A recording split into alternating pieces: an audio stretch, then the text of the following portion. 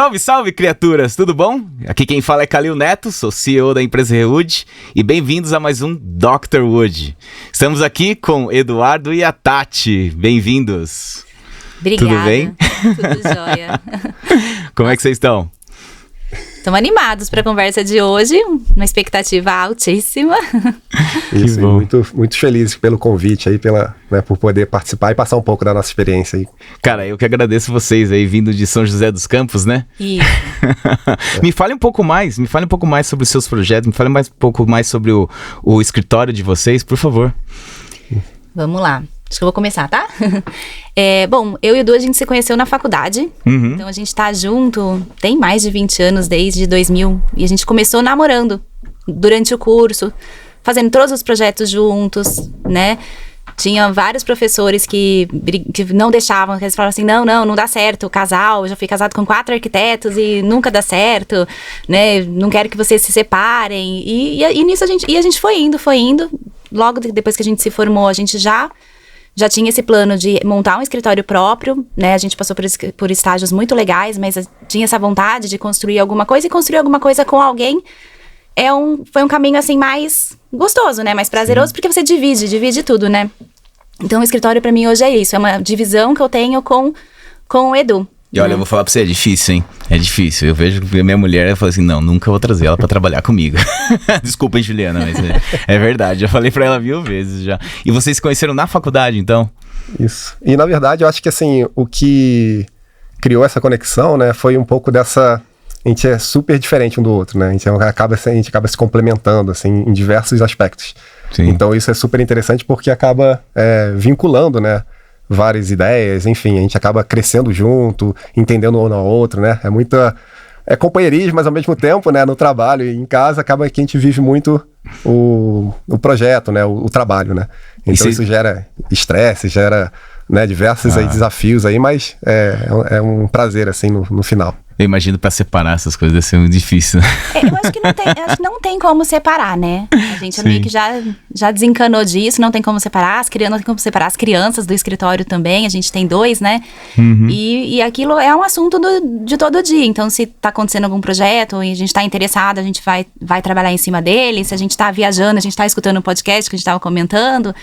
Mas vai todo mundo se envolvendo e acaba ficando gostoso, assim, não é tão pesado, eu acho, como se a gente fosse todo dia às 8 e voltasse às 18 e não tivesse isso como assunto, sabe? Então... Me fala mais um pouco sobre a sua trajetória, me fala mais sobre como é que... Na verdade, vocês se conheceram na faculdade, vocês fizeram no Rio de Janeiro, é isso? Isso, é em Niterói. Ah, em Niterói, isso, mas vocês se conheceram no Rio de Janeiro, em si?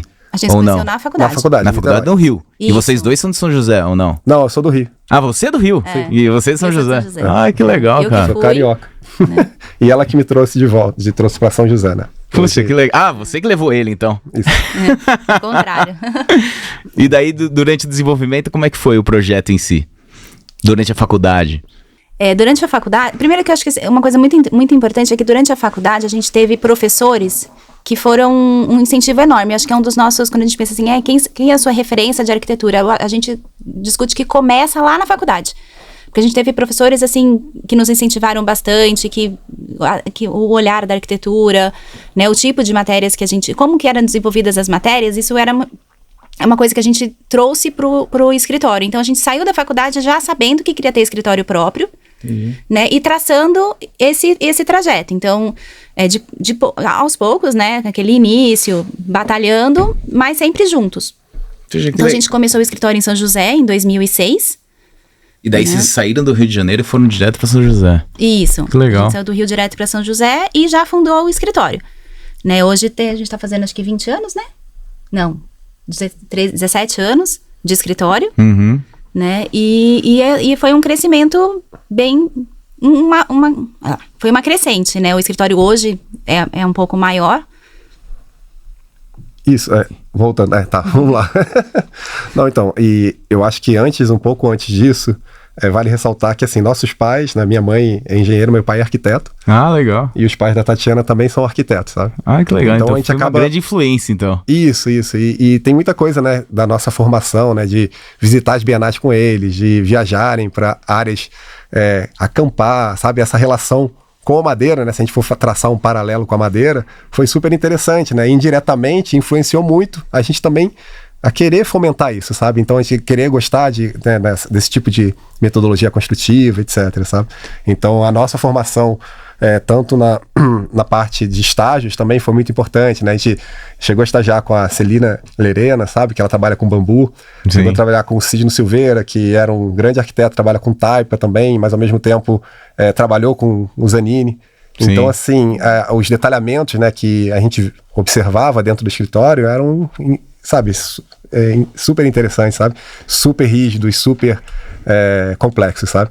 Eu acho legal esse tipo de referência, sabe? Eu acho que as referências que a gente tem conforme o nosso crescimento junto à faculdade e tudo mais, acho que é uma coisa essencial. E você vê que muitas das pessoas que realmente estavam aqui, né, têm essas referências iniciais, né? E quando se fala em referências, principalmente em arquitetura, o que vocês pensam como referências? Quais são as suas referências que vocês fazem e trazem junto com isso para o escritório?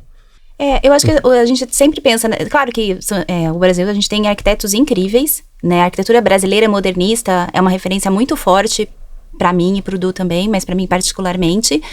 Mas assim, acho que isso de a gente ter vivido isso ao longo da infância, de uma faculdade, que isso foi muito proveitoso.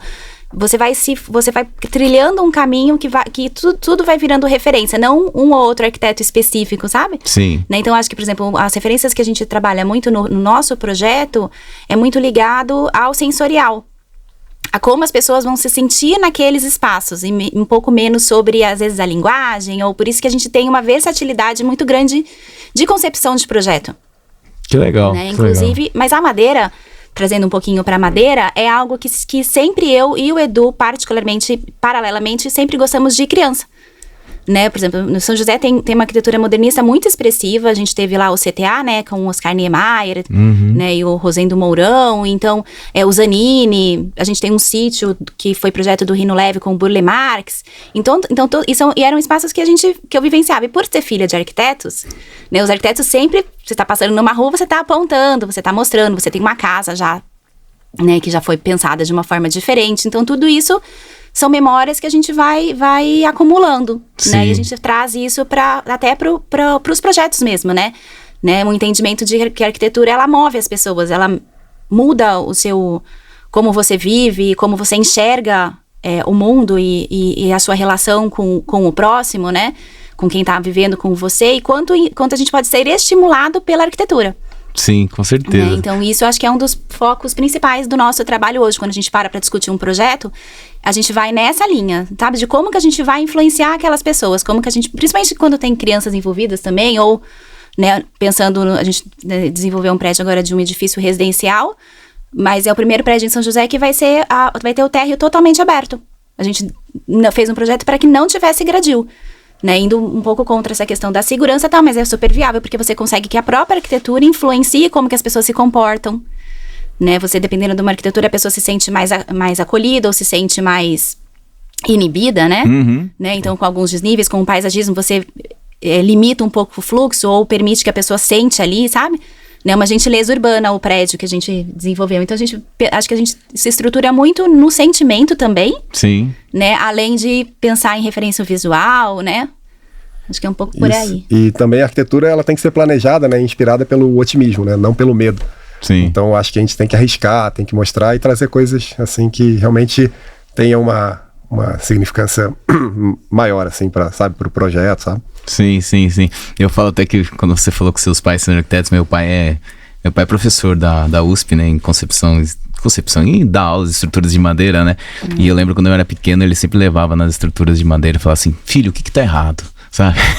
Aquele negócio, sabe? Sempre tentando passar um pouco de concepção, um pouco de uso da madeira e a melhor, porque eu acho que isso falta muito nos escritórios, ou até mesmo na escola da arquitetura em si, em termos de concepção de estruturas de madeira, né? Porque quando se fala assim, aliás, isso é uma pergunta legal, o que te chama a atenção na madeira? Para um arquiteto como vocês, que já trabalharam com o produto, o que te chama mais atenção para a madeira? Eu acho que é o aspecto sensorial. A madeira, ela te traz uma sensação de aconchego que você não consegue em outros materiais, né? Automaticamente. Então, para mim, são ambientes que quando a gente entra, eles estão concebidos com madeira, eles trazem uma sensação de bem-estar automático, né? A madeira tem isso, ela é um produto que parece vivo. Ele é vivo, né? A madeira é viva, Sim, então sim, só sim. isso já diz muito, né? E claro, assim, tem a questão, aí claro, a gente pensa ainda no ecossistema, na ecologia, em coisas que a gente precisa se atualizar, né? Modularidade. Mas eu acho que pra mim um pouco o sensorial me fala sempre mais alto quando a gente pensa. A gente trabalha com um projeto, nosso primeiro projeto residencial que a gente pegou no escritório recém-formado lá, né? E era um projeto muito bacana, para um cliente super bacana. A gente até falou, nossa, ele vai contratar mesmo a gente, sabe? Né? A gente trabalhou com a madeira. Ah, é? Que legal. Foi nossa primeira concepção, era um telhado de madeira, coberto com a manta alvitra, né? Nós tínhamos uma estrutura de concreto e era uma pirambeira. Então a gente, claro, partiu da concepção de que é um material mais leve, que a gente não conseguiria suportar, para suportar uma laje, as cargas, a gente tinha pilares de 8 metros até encostar no solo, né? Era uma pirambeira, era um terreno muito, muito íngreme, né? Então, assim, ela atendia muito bem a concepção estrutural do projeto. Então, essa análise também das concepções, de qual material se enquadra melhor para cada situação, ela é importantíssima, né? Mas a madeira parece que ela encaixa em qualquer concepção. E foi o primeiro projeto, então o detalhamento disso foi, né? Só que era o único projeto que a gente tinha, né? Então a gente, assim, tinha outros muito menorzinhos, né? Então a gente foi uma dedicação enorme e foi como a gente aprendeu, né, a dividir melhor, a trabalhar os vãos, né, desde a concepção do projeto. Mas foi a primeira coisa que a gente comentou com o cliente, foi, vamos fazer um telhado assim, né, com a madeira coberta com a manta, né, para poder ter um terreno muito arborizado, e os galhos caem, as folhas caem, então é um caimento só. Então foi uma escola, né, cada projeto é um aprendizado, a gente aprende muito com os projetos. E a palavra que você falou muito importante, na verdade, Tati, é concepção. Né, uma coisa que eu bato sempre aqui, né? Quando se trabalha com madeira, quais são os pontos de concepção que você mais leva em conta quando você está desenhando esse material? Acho que o Edu vai responder porque ele é mestre no detalhamento. Não. Vai, Edu. Não, na verdade existe muita questão da racionalidade, né, da modulação, acho que isso é super importante, mas entrando um pouco em conflito até, não sei se isso é pertinente ou não comentar, eu acho que tem muito da intuição também, sabe? Eu acho que assim, a gente tem cada projeto, né, cada história, né, cada cliente tem uma história para ser contada, né, a gente desenvolve um diagnóstico muito amplo, né, para tirar da zona de conforto, criar novas referências, novos visuais, sabe?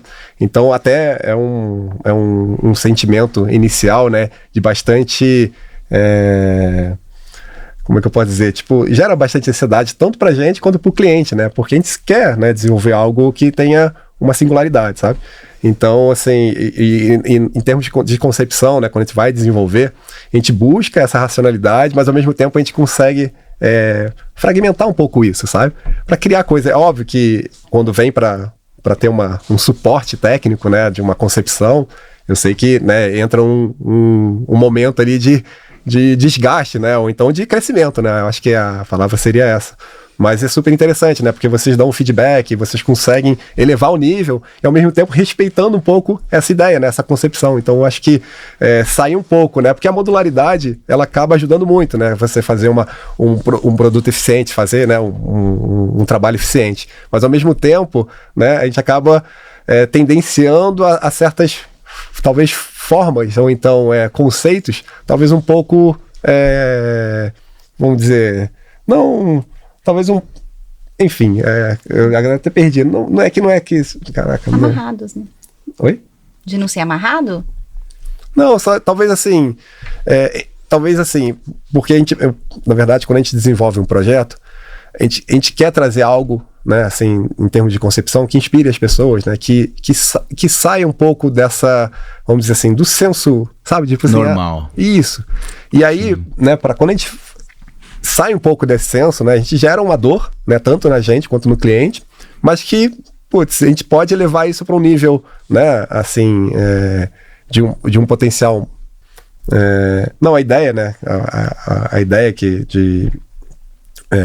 para passar a ideia, na verdade, é que, assim, o nosso raciocínio, talvez o meu raciocínio, ele tem essa questão modular, mas ao mesmo tempo isso não limita a questão da ousadia, sabe? Sim, sim. Eu sei que, né, se a gente for pensar em eficiência, em termos de custo, benefício, para você usar o potencial máximo, é super importante e é fundamental, sabe? Mas ao mesmo tempo você se questiona, né? Putz, até que ponto essa rigidez, né, essa técnica super apurada, a gente consegue tirar, né, ele, sabe, tipo, criar algo que cative, né, na verdade, né, que inspire, não inspire, mas caramba. Que saia fora do que é o convencional. E a gente já desenvolveu alguns projetos, tem alguns implantados, né, e muitos outros agora em andamento, mas a gente vai descobrindo isso, porque às vezes a primeira impressão que temos quando a gente fala de um sistema de madeira, que você já pensa, já tem que pensar, claro, em vãos máximos, em melhor modularidade, né, até para você ter um balanço bom entre custo-benefício, né, a gente pensa em uma amarra, mas não é. Né, você, né, quando você vai se destrinchando e entrando em contato, às vezes a gente entra em contato com você, manda, né, vocês fazem uma viabilidade, discute, não é uma amarra, é um crescimento. E aí você consegue chegar em concepções que não estejam necessariamente pré-formadas, né, e o nosso escritório busca muito isso, então a gente trabalha com os materiais, mas sem focar muito no que ou que a gente já fez, ou que tá sendo ali muito, né, então, muito, para não ficar amarrado, sabe? Pra gente conseguir atingir outros objetivos com o projeto. Na verdade, o produto engenheirado de madeira nasce através desse movimento, na verdade, assim, a madeira, ou a madeira engenheirada, ou até mesmo pode-se nascer através da madeira pregada, que foi de 1906, que é o mesmo ano do 14 bis voou, né? Ela nasce através de uma necessidade que é cumprir grandes vãos, né? Na época, eles não tinham a habilidade, ou até mesmo a concepção de aço como eles têm hoje, né? Então, a madeira engenheirada, ela nasce através da necessidade de cumprir coisas que não eram padrão da estrutura, né? E na época, eles tinham a madeira, e a madeira era o material que eles mais trabalhavam na época, né? A partir daí é que nascem os outros elementos de estruturas. E eu acho que o legal da arquitetura é realmente trazer esse momento fora do comum, que é isso que o Edu estava falando. Momento onde você enxerga uma possibilidade de desenho diferente do que é o padrão, entendendo um pouco do material e trazendo um pouco de tecnologia para que o produto engenheirado cumpra com a sua função, seja ele bom ou ruim, né? Então, a Rewood hoje consegue fazer vigas de até 32 metros de comprimento, reto ou curvo, mas através realmente dessa necessidade que a arquitetura cria pra gente, sabe? Então, eu acho que o desenvolvimento da tecnologia do produto engenheirado junto com a arquitetura é essencial.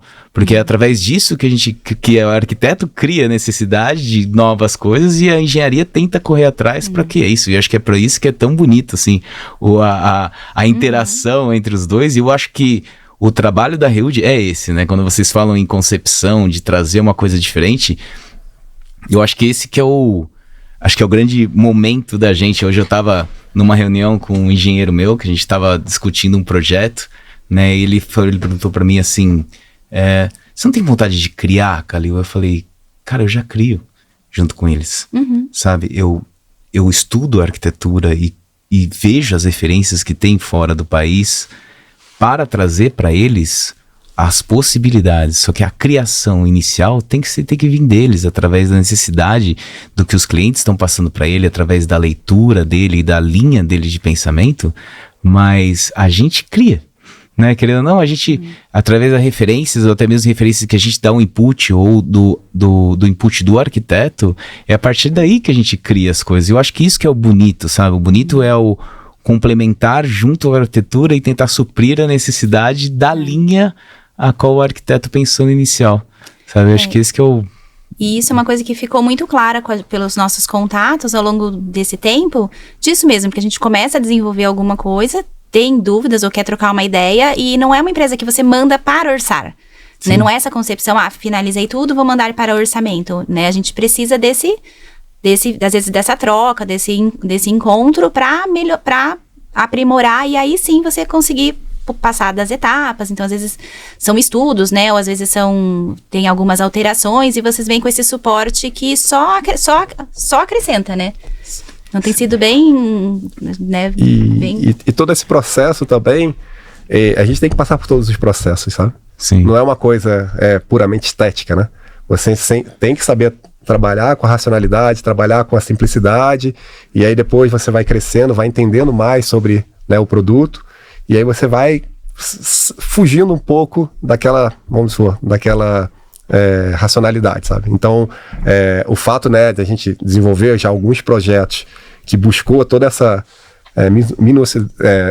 toda essa essência, né, que é um módulo, vamos dizer assim, como se fosse uma cabana, um módulo mínimo, a gente, né, partindo disso, partindo de uma estrutura mais racional, e a gente vai ganhando um pouco mais de, né, confiança. Corpo, né? Isso, para conseguir desenvolver algo que transcenda um pouco, né? Cara, e isso acho que é o principal. Na verdade, eu tive a oportunidade agora recentemente de estar na Europa, né? Eu fui participar da Ligna, fui participar também de uma missão, até queria agradecer o Álvaro da Águia Florestal e todo o pessoal lá do Silvio Barros e o Matheus Barros, que teve a oportunidade aí de fazer toda essa missão, né? Que a gente teve a oportunidade de ficar no Horovien, em Viena, com 24 andares. Também tive a oportunidade de ficar em Skellefteå, num prédio de 20 andares, 100% feito de madeira. E também fomos na Ligna, né? Que é uma feira internacional de novos produtos. E na Ligna eles já tinham só uma parte só para produtos engenhados, sabe? E daí também fui num congresso, que é o maior congresso, eu acredito que é o maior congresso WCTE do mundo em estruturas de madeira, que também teve muitas pessoas em termos de concepção e novas tecnologias, sabe? E aquilo me traz um ponto muito favorável, porque eu consigo ver o presente da Europa através da Ligna e dos projetos já sendo realizados, e do WCTE eu consigo visualizar o futuro da Europa com novas tecnologias e como compor aquilo. E acho que faz parte da nossa empresa imputar isso aos arquitetos, sabe? Eu estava até numa visita essa semana passada com a Lara e com o Jaime, que a gente teve a oportunidade de se conhecer nessa missão, né? Que foram vários empresários, eles são empresários no sul do país, né? Que trabalham também com madeira, né? E eles viram as nossas obras, né? E foi muito legal que ele é apaixonado por madeira. Ele olhou o produto, falou, nossa, que produto! Porque a pessoa se apaixona pelo material. E a gente gosta do que faz, mas até pegar uma frase daquele filme da Nike, que um tênis só é um tênis a partir do momento que alguém calçá-lo, né? Então a madeira em si, o produto engenheiro de madeira é legal, é interessante, dá todas as possibilidades, mas não é o que a gente vende.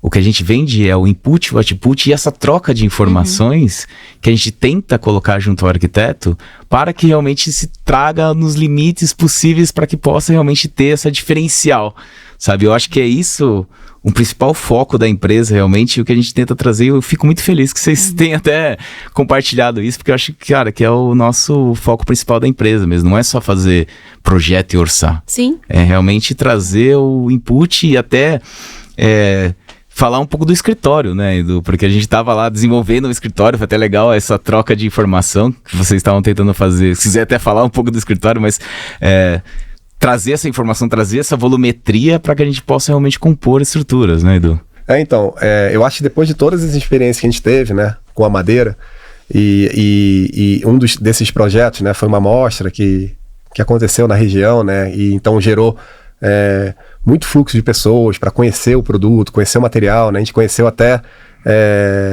clientes de outros arquitetos, que a gente incentivava eles a construírem com madeira, sabe? E foi muito importante essa divulgação, sabe? Porque você acaba, né, inserindo no mercado para público leigo, público profissional, públicos de diversos interesses, né? Que a pessoa consiga sentir na pele realmente o que é esse produto, né? Uma coisa é você ter a imagem, né? Agora uma coisa é você vivenciar aquilo, né? E realmente, né, a madeira ela pede, né, para você passar a mão, para você ter todo esse cuidado, esse carinho, sabe?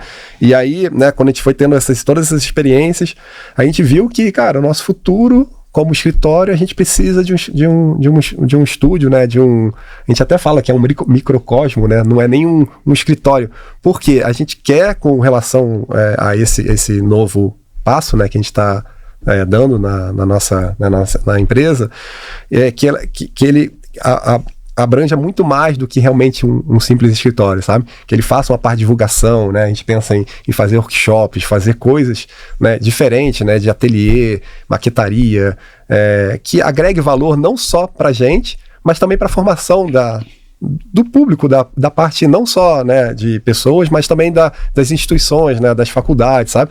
Então, e a gente acredita muito que, né, o produto, a madeira, ela tem um potencial absurdo, né? Não simplesmente na questão da sustentabilidade, sabe? Isso é básico, né? Mas numa questão assim de... Não é que é base, devia ser obrigatório, né?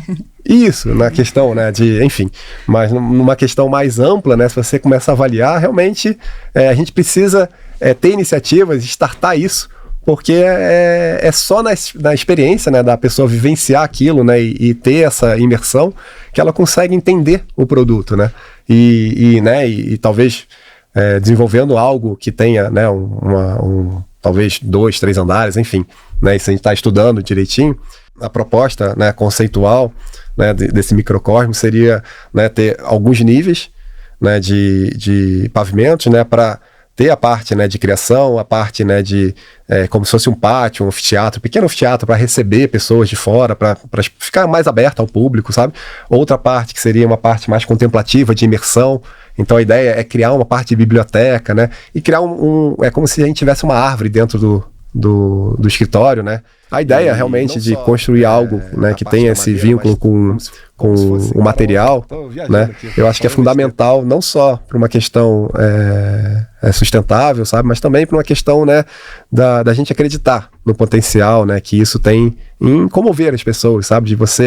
Da pessoa ter uma sensação de acolhimento, né, de salubridade, sabe? De realmente... Biofilia. Isso. Biofilia, com certeza. Então, assim, eu acho que a ideia do escritório é justamente associar uma coisa à outra, sabe? A gente partir para um novo conceito de formação, enfim, de empreendedorismo, enfim. Sim, essa palavra até mesmo que você falou de obrigação, né? Achei super interessante porque agora, principalmente na Europa, até mesmo na Austrália, eles estão tendo muito incentivo de trabalhar com madeira. Não só mais madeira, mas elementos a qual tem uma pegada de carbono negativa, sabe? Isso é muito legal. Veja que ainda no Brasil, ainda não se tem todo esse arranque, né, que está tendo lá fora, mas a gente acredita muito que o Brasil tende a ter essa tendência realmente de utilização e ter essa pegada negativa. Você veja que cada vez mais as pessoas estão utilizando carros elétricos, né, estão utilizando esse tipo de fontes renováveis, né, e a construção civil, por ser responsável por 47% da emissão de CO2, é um dos pontos principais que a gente tem que trabalhar, né, para que isso seja uma obrigatoriedade. Vocês utilizando o material, vocês já estão causando uma pegada negativa em cima, né? Até mesmo falar um pouco do projeto da Nexus, né? Como é que foi o projeto da Nexus para vocês? Como é que vocês conseguiram pisar lá? Como é que foi o desenvolvimento disso tudo? Porque, cara, é um projeto sensacional, até mesmo explicar um pouco do que é a Nexus. Acho que era legal o pessoal entender, porque são poucas pessoas. Todo mundo conhece Casa Cor, que a gente até participou esse ano e tudo mais, mas a Nexus, eu acho que é um projeto assim que é funcional, uma coisa que realmente tem que funcionar, sabe? Eu acho que é legal a gente falar um pouco, porque muito pouco, eu acho que mais pessoas têm que entender mais o que é a Nexus, realmente, como foi que vocês pararam lá e como vocês concepcionaram isso, sabe? Me fala mais sobre esse projeto. A Mostra Nexus, ela vem de um grupo de relacionamentos de lojas e lojistas da região, de São Paulo e São José e região. Só que é como se fosse uma proposta da Casa Cor, de cada profissional escolhido montar um ambiente, decorar, né, a sua maneira, como um showroom próprio, né? Porém, ele tem um diferencial que acabou fazendo com que todo o sistema de desenvolvimento do projeto fosse diferenciado. Porque lá era realmente era uma construção habitável. Então, nós tínhamos um cliente, um proprietário, um terreno e dentro do hall de necessidades que fossem disponibilizados, acho que 20 ambientes. Né? Então, é uma residência, é um aras, né? Uma residência de veraneio na montanha, num terreno espetacular, com uma vista super, super agradável, e a gente tinha carta branca para desenvolver o projeto desde que a gente atendesse esses 20 ambientes. E ao longo do processo, a primeira coisa que você pensa, fala assim, meu Deus, como que eu vou fazer um projeto e outras 20 pessoas vão atuar dentro dele? Eu imaginei que difícil isso. E isso vai ficar um Frankenstein. Pra demorar depois, né? Porque se fosse pra desmontar, tudo bem, mas como tem... Só que aí, a madeira nisso foi, acho que o nosso fio condutor. Né? A ideia de entrar com a madeira engenheirada já partiu da gente no começo, porque na hora que a gente pensou, começou a desenvolver o projeto, a gente já veio para eles com essa concepção estrutural, e ela permeia, nós misturamos outras estruturas, né, outras tipologias de estruturas ali, não é só a madeira, a gente tem a madeira, tem o concreto, tem o aço, né, e a gente permeia, só que a madeira é a cobertura, então ela vincula todos esses ambientes, né, um projeto bem espalhado, e ela faz todo esse vínculo com todos os ambientes, e o fato de ser madeira, né, dela já trazer uma concepção visual, fez com que todos os outros ambientes se integrassem nessa característica. Então, não tem ambientes são todos muito únicos, né? Os profissionais se dedicaram e foi uma mostra muito bacana que você enxergava a individualidade de cada escritório depois, mas não ficou uma casa confusa. Sim. E acredito que muito porque a madeira já permeou essa linguagem, né? Então, foi muito interessante. Sim. E a madeira, na verdade, ela veio de uma maneira mais orgânica, né? Então, quando a gente foi conversar com os clientes, né? Porque... né? Enfim, a gente desenvolveu tipo um diagnóstico com eles, e muito da parte da esposa era vinculada ao rústico, a uma coisa mais, né? Porque já tinham áreas, é um ambiente rural, e a parte do marido era uma coisa mais voltada ao aço. Então, quando a gente foi diagnosticando, né, entendendo um pouco essas características, a gente não quis romper, né, e criar algo espetacular lá. A ideia não era essa, falar assim, vamos colocar, né, o que dá para fazer o que quiser, então vamos criar uma coisa que, né, enfim, grite aqui. E, na verdade, não, a gente manteve toda essa postura, né, de uma casa que ela tem uma conexão com a parte, né, do picadeiro, enfim, com a parte, né, dos estábulos, né, e ao mesmo tempo foi uma casa como se tivesse pousado lá, sabe? Então essa ideia, né, de você trabalhar a casa, né, junto com o que já estava desenvolvido no local, foi super interessante. Então, quando qualquer um entra lá, fala assim, parece que essa casa já existia aqui. E tem toda uma relação de desconexão, né, com a cidade. Então, a ideia do cliente era ter uma imersão fora da cidade para receber os amigos. Então, trabalhou com muitos materiais rústicos, sabe? De tijolo aparente, paralelepípedo, sabe? Então, assim, a ideia, né, é como se a pessoa chegasse lá, ela tivesse uma desconexão, né, completa, e aí ele conseguiria, assim, restaurar a sua energia, enfim, ter todo esse lado mais, assim, lúdico, né, de receber bem e enfim, confraternizar, sabe? E eu acho que essa dualidade entre o casal, eu não consigo enxergar outro material que atendesse tão bem quanto a isso, porque a gente tinha a questão tecnológica do marido e a questão do sentimental, né, da esposa, e a madeira, ela vence isso. Então a gente lá tem um balanço gigantesco, né, tem uma varanda, a gente cobre a varanda que dá vista pro Aras com vãos muito enormes, e ficou um projeto fantástico. A madeira ali, ela virou protagonista mesmo, mas ela se encaixa bem, ela não grita o suficiente para que os outros elementos se apaguem, sabe?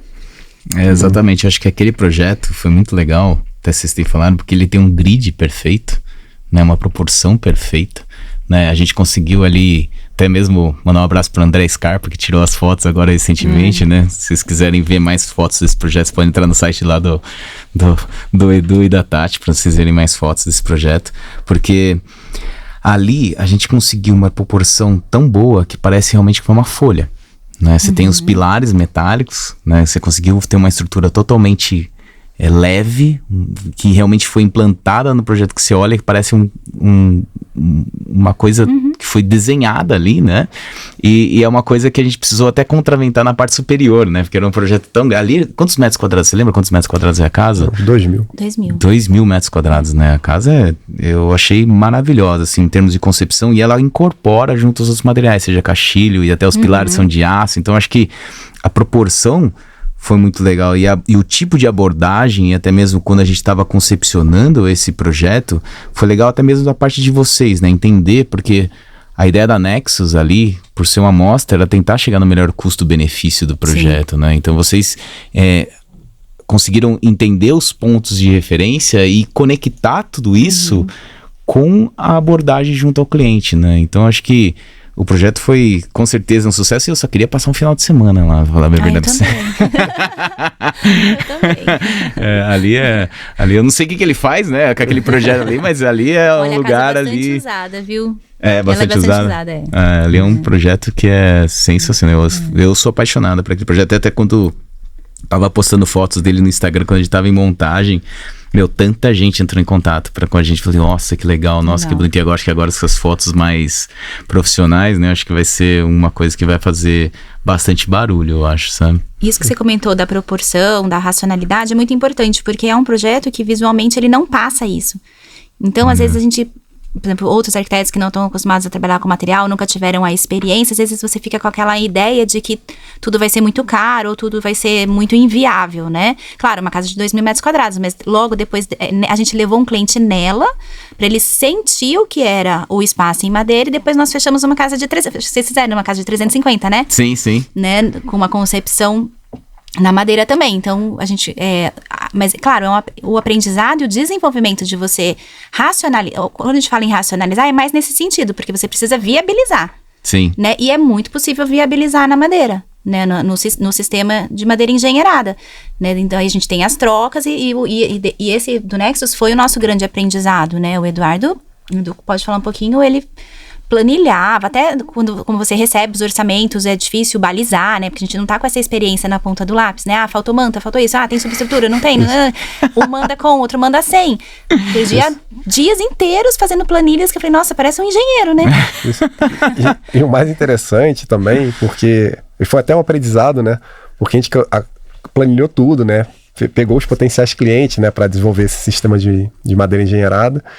E você conseguia ver coisas assim, cara, um orçava que ia fazer um lixamento extra, o outro não. Mas um dava um verniz e dava 3 demão, o outro era 1 demão.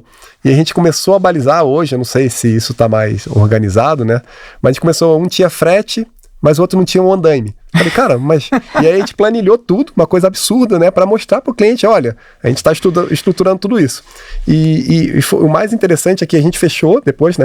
Deu tudo certo, né? Com o cliente, vocês fecharam o contrato, foi tipo, uma coisa super legal. E logo em seguida veio o chalé, né? A cabana. Sim. Então a gente chegou a desenvolver duas cabanas em madeira engenheirada, né? E aí foi engraçado, porque o cliente falou assim, não... Deixa comigo agora que eu vou fechar lá com o Calil. Eu falei, beleza, então eu não vou planejar mais nada, você que resolve, né? Vamos deixar essa liberdade. E a gente tava lá no meio da obra, depois chegou os engates, a gente olhou e falou, cara, mas cadê o outro chalé? Só veio um chalé. Mas o que acontece? Os chalés tinham dono, né? Tinha arquitetos aguardando sim, o chalé sim, já tinha, E aí foi interessante, foi até um aprendizado, porque a gente pegou pela metragem, né? Então quando a gente fez o primeiro módulo, a metragem em áreas dava, sei lá, 900, 1.000 metros quadrados, né, de cobertura em MLC. E quando a gente fez a cabana, o módulo era 6x6, então 36. E no contrato, né, quando ele passou pra gente, não, tava lá, 72. Beleza. A gente não olhou, o cliente viu, não, Eduardo, olha só, eu mandei um contrato, fechei por 72 metros quadrados. Aí falou, não, deve dar certo então. E aí depois a gente avaliou o que acontece. Como o chalé ele é elevado do solo, né? A gente cria 2 planos Exatamente. Enfim, 2 lajes. Exatamente. E apesar de ter todo um lado, né, da questão da menor interferência no solo, da questão da umidade, e N aspectos positivos, né, na concepção, ele gera basicamente o dobro do valor. Sim. Por uma questão simples, né? E aí algumas pessoas já entram em contato com o escritório, né? Eu queria fazer aquele chalé. Eu falo, cara, não é um chalé econômico. Porque a pessoa sempre quando liga, ela quer, assim, não, eu quero que isso seja viável, né? E eu falo, cara, depende. A gente pode fazer um radier, né, implantar isso, fazer uma estrutura, uma laje em concreto, mas as pessoas ainda ficam, né? Quando a gente orçou, e teve esse problema, né? Porque aí teve que desenvolver um projeto enfim, um projeto que ficou em estrutura metálica, então ficou um projeto meio híbrido, né? Ficou uma MLC em madeira. Mas foi um aprendizado, né? Porque a gente não recebeu isso, porque o cliente que fechou sozinho, ele olhou um último número e validou. E aí a gente teve uma surpresa. Cara, foi um aprendizado pra gente. É impressionante, é normal, isso é normal. E, cara, e as pessoas depois entendem, falam, é verdade, né? São dois pavimentos, são 2 coisas, são 2. A gente trabalha por metragem quadrada de montagem, né? Então, realmente, pra mim, o chalé tem 72 metros quadrados e não 36 metros quadrados, Quando a gente conversa com o cliente, a gente fala da metragem metro quadrado basicamente de cobertura, né? Exatamente. Isso. Então não dá pra viabilizar um chalé de 36 com 72, né? Que na verdade a gente de fato gastou 72. Poucos projetos que eu fiz com chalé. E o projeto mais bonito, eu acho que hoje até que realmente remete junto à estrutura de madeira, realmente foi o seu, sabe? O projeto ficou muito legal, o conceito ficou muito legal. Mas realmente, cara, a gente tinha que pensar em alguma coisa pra realmente tentar trazer isso daí mais palpável, porque realmente o chalé daquele é um... Fazer a versão 2, né? É a versão 2, Acessível. exatamente. Mas é viável também, eu acho que existe essa troca e tem como viabilizá-lo, né? Que lá a gente teve a intenção de fazer ele 100%, né? 100%. Então ele não entrou, tanto que foi montado... wood frame, Foi né? montado tão rápido, que só um particular. A gente queria fazer uma filmagem, um time-lapse da montagem. Aí o pessoal da obra falou assim, eles vão chegar amanhã, a gente pediu pro pessoal que tava da publicidade do evento montar o time-lapse. Acho que ele perdeu 1 ou 2 dias, tipo, a pessoa não atina que é rápido, né? Aham. E aí já era. A gente não conseguiu, porque assim, em 6 dias estava pronto, né? O chalé em 6 dias estava pronto. Então. Exatamente. E eu acho que o mais interessante também da construção é que a questão da precisão orçamentária. Sim. Entende? Se você estruturar, planilhar, entender, né, a manta, enfim, toda a questão térmica, acústica, das cunhas, se vai ter, enfim, isso é interessante porque você tem um valor meio que fechado, né? E assim, obviamente na estrutura metálica também, mas aí você consegue, a pessoa leva um susto muito, né? Porque assim, não tem os acabamentos, né? Se trabalha com uma estrutura normal, por mais que você faça um roteiro, né? Dependendo, né, dos detalhes, você pode perder alguma coisa, sabe? E a estrutura eu acho que a gente consegue consolidar muito bem. Então, quando entrou o wood frame, né, facilitou muito. A montagem foi muito rápida, sabe? Eu acho que menos de, sei lá, acho que 4, 5 dias já estava pronto. E, enfim. E aí tem toda uma questão de encaixes, né? Não foi um chalé super, né, racional. São planos deslocados, sabe? Sim. Tem toda uma... eu até falava isso, o chalé tem até wood frame, né? Um sistema 100% seco, né? Eu acho que foi uma baita experiência. Se eu não me engano, aquele chalé acho que foi montado em 9 dias, alguma coisa assim, com wood frame, com tudo e tal, não sei o que. Você imagina fazer uma construção dessa. E esse ponto que você levou muito em consideração, Edu, é o que a gente mais leva em consideração quando se fala na construção civil, que é o PMG, que é o preço máximo garantido, né? O que a gente sempre preza por isso, né? Por isso que o projeto é muito importante. Você ter as compatibilidades, e hoje a gente trabalha em BIM exatamente para isso, para ter as compatibilidades, para ver o que realmente pode dar pau, o que não pode dar pau, quais são os clashes que podem acontecer durante o projeto, é importantíssimo para que isso seja o mais rápido possível, porque a ideia realmente é menos tempo de obra, mais tempo de projeto, para que o negócio realmente saia sem interferências, né? E você não ter esses sustos de orçamentos realmente entre elas, né? Infelizmente no Brasil ainda existem poucas empresas, né? A gente viu um grande crescimento de indústrias de madeira, de produtos engenhados de madeira no mercado do Brasil, e a gente não tem uma normativa ou até mesmo uma empresa qual certifica que esses produtos são de uso estrutural, como se tem nos Estados Unidos e na Europa, né? Mas a gente acredita sim que o mercado ao longo do tempo e principalmente para projetos maiores, né, que a gente tem cada vez mais orçados mais prédios e mais pessoas interessadas nesse movimento de utilização do material, né, a gente entende que o mercado vai cada vez mais se profissionalizar e tentar seguir uma linha por final, né? Entendemos que, por exemplo, se você for na Europa, você tem muitas empresas que só fazem produção, tem outras empresas que só fazem projeto e tem outras empresas que só fazem montagem e também aqui no Brasil também está acontecendo isso, né? Mas a Riud tem como objetivo realmente entregar uma solução, que eu acho que esse que é o grande pulo do gato, né? Entregar realmente a garantia do material ao longo de todo o seu processo e se der algum ponto, né, de interferência, realmente ser responsável por isso.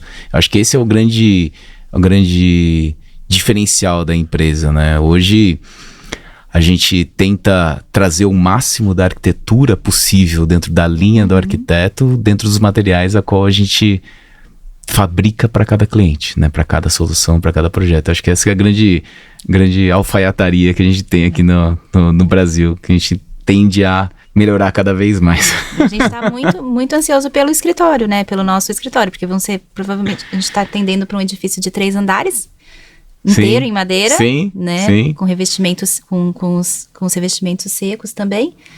E vai ser uma forma também de outros estudantes, de outras pessoas da região, né? Como a gente está montando esse sistema de ele ser mais aberto, né? É uma forma também das pessoas terem acesso e olharem, conhecerem, entrarem, porque bem ou mal, quando a gente vê os produtos, as fotos, né, e as imagens, você não tem o sensorial que a madeira proporciona, né? Sabe que meu sonho, Tati, ainda tem um escritório 100% feito de madeira. Ainda vou ter isso. Vocês vão ter primeiro que eu, mas você pode ter certeza que... Tá? Eu sou racional da dupla. O Edu, cada dia que eu chego, ele inventou alguma coisa diferente. Falou, meu Deus, tá menos. Mas é um sistema, parece que é simples, né? É complexo. A gente vê o rigor do detalhamento, né? As pranchas que são entregues, né? Isso é incrível, assim. Acho que toda a parte, né, técnica dos pormenores é espetacular, né? Quando vocês desenvolvem. Mas essa questão da utilização da madeira pelo escritório, né? Que é uma coisa que a gente começou já tem muito tempo, não é simples implementar, sabe? Então, assim, parte muito dos profissionais, né? Da gente sempre comenta, sabe? Mas como é que vocês conseguem colocar? Fala, não, cara, você tem que tentar, você tem que arriscar. E vai bater na trave várias vezes, e aí vai ter um momento que vai encaixar, sabe? Então essa questão da resiliência, não só no fato do ato de projetar, mas também na vida, como é muito importante, né? Então você acreditar no produto e realmente botar ele, né? Simular ele, botar ele para venda, sabe? Mas ao mesmo tempo a gente teve várias experiências que o cliente, né, olha, observa, vem em reunião, visita várias fábricas e chega no final e fala, olha... esse valor aqui, ou então essa sensação que eu sei que vocês querem passar, não, eu prefiro fazer em metálico, eu prefiro fazer em concreto, sabe? Vai acontecer, sabe? É um balde de água fria, mas eu acho que aquele projeto tá lá, né? Então ele tá ali esperando, talvez algum cliente, né? Alguma pessoa que vai entender não que, né? A gente vai reutilizar, mas talvez entender essa proposta e talvez, né? Até, enfim, comprar essa ideia, sabe? Então tem muita coisa que a gente vai desenvolvendo e vai guardando, são simulações, são ideias que, né, no decorrer do tempo vai também amadurecendo e vai mudando, sabe? A gente também, né, sempre tá se transformando, sabe? Então a ideia é justamente acreditar, sabe? E também quanto mais tiver, imagina, a gente tem aqui os prédios, né? Aqui tudo bem, a gente tem comércios incríveis em São Paulo feitos de madeira, né? Mas lá na nossa região a gente não tem. Mas quanto mais as pessoas conhecem, mais fácil é para elas absorverem também, né? Então isso é importantíssimo. E desafio? O que vocês veem quando você vem com um cliente como esse e fala assim, qual que é o grande desafio? Me conta um pouquinho como que você aborda esse cliente, como que você tenta implantar isso, ou o cliente já vem com a necessidade, ou vocês... E quais são as principais perguntas que realmente desafiam você a colocar esse material? Principalmente que a gente entende que tem uma falta de informação do material, entende que a gente não tem tanto contato com esse material, mas quais que são os grandes desafios que você vê para esse mercado? Eu acho que o maior desafio é esse, é quando a gente entende que é a melhor solução para o projeto, que ele atende a todas as expectativas e terreno e implantação, que ele vai atender melhor, né? Ou seja, você sabe que é a melhor solução, mas o cliente tem uma barreira por não conhecer. Né? Então, assim, tem clientes que já vêm com referências, que estudam mais, né, que tem esse vínculo com a arquitetura, que já gostam, e aí o processo é mais fácil, né, mas tem clientes que não tem isso, né, que você, né, na verdade a gente só gosta do que a gente conhece, né, então enquanto as pessoas não conhecerem muito mais opções, é muito difícil elas gostarem de algo que elas não conhecem, né, então acho que é um dos nossos papéis que a gente entende no escritório, é que a gente sempre pensa que, por mais que você chegue com a sua referência, e a sua referência seja a casa do vizinho, que é, às vezes, 70% do que acontece, é nossa obrigação mostrar que não é só a casa do vizinho que existe, entendeu? Né? E aí a gente vai trabalhando nisso, mostrando materiais, mostrando referências. Claro que você ter o Anexus, que era uma amostra, que você podia ir lá e levar, só favoreceu, porque teve alguns clientes que fecharam porque foram lá, né? E sentiram, mas senão a gente tem que mostrar, tem que viabilizar, e a gente vai sempre esbarrar, mas isso para qualquer projeto, para qualquer, né, não para todos os clientes, claro, mas dos que a gente está bastante acostumado, a gente sempre esbarra na barreira financeira. Sim. Né? Então, às vezes o primeiro impacto é tipo, mas como é que vai ser isso? Vai ser muito caro? Não vai? Né? E você conseguir mostrar, e quanto mais conhecimento a gente tem, mais fácil é também, né, viabilizar. Né? Então, por isso que é um crescimento, né? É uma constante trabalhar com a madeira, não é assim tão objetivo, né? A gente começou no nosso primeiro projeto e deu certo, né? A gente teve alguns projetos quando a gente pulou né, migrou para madeira engenheirada, que não viabilizou, né? Tem 3 ou 4 que pararam no orçamento, né? E alguns mudaram de sistemas, que a gente fracassou nesse sentido, né? Uhum. Mas logo depois dos que começaram a dar certo, fica mais fácil implantar.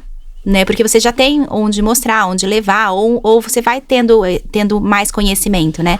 Por isso que uma empresa aberta que não trata o produto só como um produto que você está vendendo é muito importante pro desenvolvimento do material. Porque, de fato, os escritórios precisam conhecer, precisa ter esse trabalho de chamar, de ir nos escritórios, mostrar, apresentar, né? É um trabalho de formiguinha, mas sem isso eu acho muito difícil, vai ser um crescimento muito lento, né? Porque a gente sempre vai esbarrar nisso de que talvez o cliente não seja tão acostumado que nem a gente a pesquisar. Complementando, né, é como se fosse um diálogo, né? Então, cada projeto é um diálogo. Então, não é aquela formalidade, né? Não é um aperto de mão, né? É o abraço, entende? Você tem que, né, entender bem o cliente, né? E tirar ele da zona de conforto, né? Então, a gente sempre, né, é de praxe, assim, chegar um cliente e ele já tem as suas expectativas, né? O Bruno Zev sempre comentava, né? Comentava não, mas falava, né? Que a arquitetura a gente não consegue fechar os olhos, né? Você é obrigado a ver o que o mercado produz. E não necessariamente o que o mercado produz tem alguma, né? Uma questão, vamos dizer assim, significativa, né? Interessante, sabe? Então, a gente, quando a gente aborda o cliente, a gente pergunta, né? Mas a questão desses vãos, dessas portas de 6 metros de altura, né? É engraçado, né? Que a gente já chega assim para ele e fala: você tem uma girafa para entrar dentro dessa sua casa? Porque se uma girafa, a gente faz uma porta de 6 metros. Não que a gente nunca tenha feito porta de 6 metros, se faz porta de 6 metros, mas tem toda uma relação, né, de referências, de preconceitos que vão se criando, né, em vários aspectos, né, que a gente começa a brincar, né, e fala, cara, precisa, não precisa, por quê? A gente sempre quer tirar da zona de conforto e, ao mesmo tempo, no diálogo, a gente vai estruturar para se realmente ele vai, uma abordagem da madeira, vai se encaixar dentro desse contexto. Tem muita gente que ainda tem esse medo, sabe? E a gente também, tem horas também, a gente não vai dar puxar muito a barra nisso e talvez mude um pouco a concepção. Mas eu acho que, assim, em termos gerais, sabe? É um material que a gente realmente ama, sabe? Acho que tá aí na nossa essência também, sabe?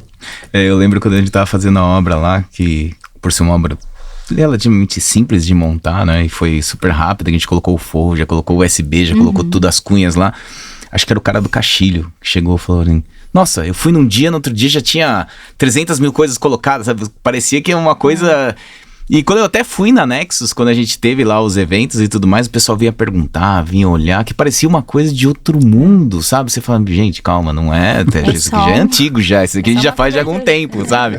Mas foi legal que, assim, você vê que em áreas realmente do país, o pessoal não tem nem contato, não sabe nem o que é, nem imagina que aquilo existe, sabe? Eu acho que é um trabalho realmente da gente, de vocês e até mesmo do podcast que a gente tá fazendo aqui para divulgar isso e para as pessoas entenderem que quando se fala em madeira, não se fala aquela casinha antiga e tal de madeira. Cara, é uma coisa, um conceito completamente diferente, é uma madeira engenheirada, é uma coisa que traz realmente a liberdade pro arquiteto e nos traz a possibilidade de fazer coisas que um outro conceito nunca ia conseguir utilizar, né? E quando se fala em viabilidade, principalmente, depois que eu tive essa oportunidade de estar fora do país e até mesmo falando com engenheiros e com empresas que só fazem viabilidade de prédios, principalmente de madeira em outros países, por causa desse incentivo fiscal, foi legal que cada vez mais eu vejo que existe um equilíbrio entre os materiais, sabe? A gente que trabalha com madeira ama do que faz e ama do material do que realmente quer imputar,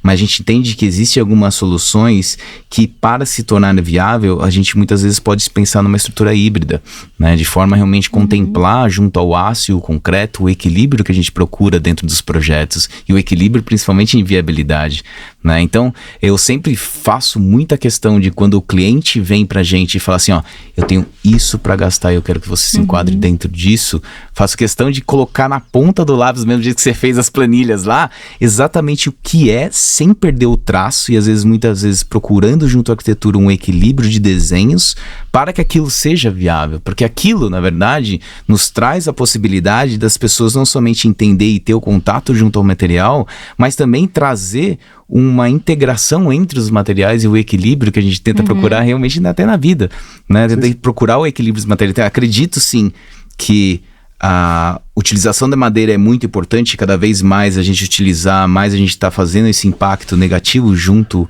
ao carbono, mas também a gente não pode pensar que tudo deve ser feito em madeira, mas sim que trazer a viabilidade junto ao projeto e sem perder sua arquitetura, misturando os materiais, acho que é muito importante, e acho que isso é uma coisa que a gente tem que se dedicar mais, sabe? Principalmente na REUD, trazer realmente esse equilíbrio entre os materiais para que cada material seja utilizado e para que isso realmente esteja um projeto cada vez mais viável junto à utilização da madeira em si.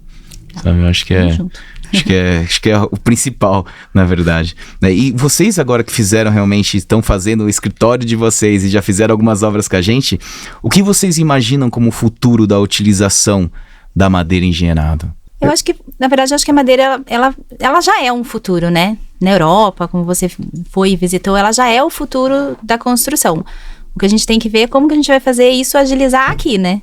Porque, bem ou mal, eu acho que é um caminho de coparticipação. Não acredito que seja o único material, também não gostaria que todos os projetos saíssem com um material só, porque essa harmonia, ela não existe, né, entre as pessoas, entre as... Né, existe programa, existe necessidade, existe orçamento, existem muitos componentes que compõem a melhor solução para um projeto, mas ela é um produto que eu acho que cada vez mais vai estar permeando esses projetos, né? Sim. Dá para complementar, mas talvez eu tenha uma visão mais pessimista, né? Você tem uma visão mais pessimista? Por favor, cara. Não, que isso? Por favor. Ai, não sou visão pessimista. Não, na verdade ainda existe um gap ainda muito grande, né, na parte de mão de obra, social, enfim. Então, é um pouco ainda... mas eu acho que é importante, né, essa insistência, né, assim, mostrar, né, os potenciais, enfim. A gente sempre vê, assim, até pelo steel frame, sabe? Que é uma técnica, né, existe uma eficiência absurda, uma técnica, né, a questão da construção a seco, e a gente sempre vê que, assim, ela funciona no mercado para um determinado tipologia, em determinado grau de eficiência de construção, enfim. Mas, ao mesmo tempo, ela demora para engrenar, né? Eu acho que hoje eu não sei como é que está esse estudo, né? Mas ampliou bastante, mas eu não sei também como é que vem o crescimento da madeira em si, sabe? Mas em termos, assim, sensoriais, realmente, é indiscutível. Mas em termos, assim, de mão de obra, né, sabe, de você ter pessoas capacitadas, de, sabe, demanda, e de outros, eu acho que ainda, eu não sei, assim, talvez eu esteja falando besteira, talvez você tenha outra visão, mas eu vejo um pouco ainda tendo muitas questões para serem resolvidas para esse tipo de solução, esse sistema, ele entrar com força, sabe, no mercado. Não, eu concordo com você, Du, eu acho que até, de novo, remetendo ao que eu fui lá fora, né, sim. E eu tenho esse problema, principalmente de mão de obra, de montagem, que a gente tem que criar as pessoas, não somente criar as pessoas em termos de engenharia, mas também de processo, mas também de montagem em si, né? O que a gente vê lá fora é uma mão de obra, não vou falar especializada, mas sim, nós vemos mais mecanizada, vou dizer assim. Então é imputar sistemas como CNC, sistemas como BIM, sistemas como projetos mais bem definidos, sem ter muita variação em termos de comportamento, em termos de execução civil, porque não adianta nada eu também ter uma coisa perfeita e a engenharia ou até mesmo a civil não acompanhar essa perfeição, né? Então a gente tem que ter uma consolidação no mercado em si só, para entender como um produto 100% industrializado que tem uma margem de erro de milímetros, né? Antigamente na REUD tinha muitas peças que eu usinava dentro da empresa e, cara, tinha muitas coisas que tinha que voltar porque não seguia a mesma linha de raciocínio. Então, para cada projeto, hoje na REUD a gente pensa cada projeto, como deve ser feito, por que deve ser feito e como realmente aquilo pode interagir, né? Uma coisa é você fazer um elemento totalmente solto e outra coisa é você fazer um elemento que tem uma interação junto a uma parede de concreto que nunca se tem certeza exatamente de como aquela parede tá, né? A gente tá até buscando ferramentas para realmente mapear em BIM o projeto uma vez realizado para realmente bater junto com um projeto real de madeira para que aquilo seja realmente usinado de uma forma muito mais coerente, sabe? Mas a gente ainda tem uma consciência que não é só uma consciência do produto, mas sim por completo para que tudo ande da mesma forma e da mesma ideia, sabe? Junto com o negócio. Eu acho que esse é o principal ponto e até mesmo só complementando o que você falou, o Woodworks, que é uma entidade que fica no Canadá, eles estão hoje, por exemplo, com 700 prédios sendo construídos em madeira. 700 projetos ou prédios entre madeiras, né? E eles também têm esse problema. E o que é? É uma entidade a qual realmente ela cria os carpinteiros. Então, isso a gente não tem aqui. Hoje a gente tem algumas possibilidades, tem o núcleo da madeira, ou tem algumas pessoas que nos ajudam a desenvolver esse mercado. Então, o Woodworks, ele realmente tende a complementar isso, né? E tende a criar realmente pessoas para desenvolver o mercado. Então, cara, Edu, você tá certo. E a gente tem realmente que ter não somente a Reúd, mas várias Reúds ou várias empresas junto, ou até mesmo empresas que apoiam o mercado, para que a gente possa desenvolver esse mercado cada vez mais, porque senão a gente não vai conseguir ser sozinho, entendeu? Eu acho que isso é o principal ponto, realmente, cara. Formação é muito importante. E só através de trazendo pessoas como vocês que já utilizaram o material, que gostam do material, trazendo essas informações que a gente consegue realmente quebrar essas barreiras, na verdade, de contato, sabe, com as pessoas, né? E deixar daquele negócio assim, é só mais um projeto de madeira. Não, aquilo lá teve um pensamento totalmente complexo por trás para chegar naquilo lá que a gente tá contemplando hoje, sabe? Isso é muito legal. Isso é muito legal. Então vamos lá, gente. Para finalizar, aqui eu tenho uma pergunta individual para cada um de vocês. Edu, o que é arquitetura para você? O que é arquitetura é muito amplo, sabe? Então, o fato, né, da gente lidar com projeto, com construção, é nosso dever, assim, inspirar as pessoas, sabe? As pessoas, elas... a arquitetura tem que ser lúdica, ela tem que ser um momento de, sabe, de criar uma surpresa, tirar a pessoa, sabe, do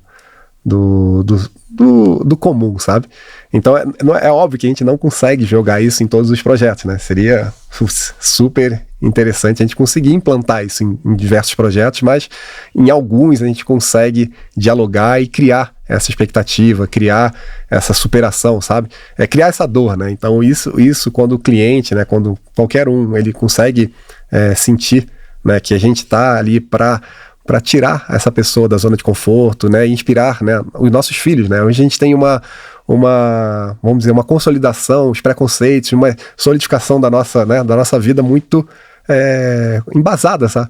Então a gente tem que pegar os nossos filhos e mostrar para ele como que a gente pode ser criativo, como é que a gente pode ser diferente, como a gente pode, né, criar direcionar, né, assim, para a criatividade, essas pessoas que vivem essa arquitetura, sabe? Então eu acho que é fundamental, assim, o ato de projetar, né, ser com amor, ser com muita inspiração para realmente conseguir, assim, superar as expectativas, sabe? Então não sei, o que fala, Tati? Eu vou na mesma linha, né, até porque a gente conversa muito, então, né, 20 anos já. Para mim, a arquitetura é algo que a gente não pode fechar os olhos. Ela permeia a nossa vida, permeia nossas cidades, permeia o nosso lar e onde as pessoas habitam. E ela tem essa importância, então, dela ser um estímulo. Dela ser sempre um estímulo, um incentivo. Ela não pode ser banal, né? Então, a arquitetura é algo que transcende e faz a gente se portar ou se comportar de uma forma específica. Então, ela tem uma importância enorme no nosso dia, no cotidiano, não só nosso, né, de todos, né, seja na escala residencial, seja numa escala urbana. Gente, queria agradecer o tempo de vocês aqui. Obrigado, Tati. Obrigado, Edu. Foi ótima a conversa, cara. E não deixe de deixar seus comentários. A gente sempre tá pegando comentários para ver o que a gente pode melhorar aqui. E agradeço muito o tempo de vocês também. Um grande abraço. Obrigada.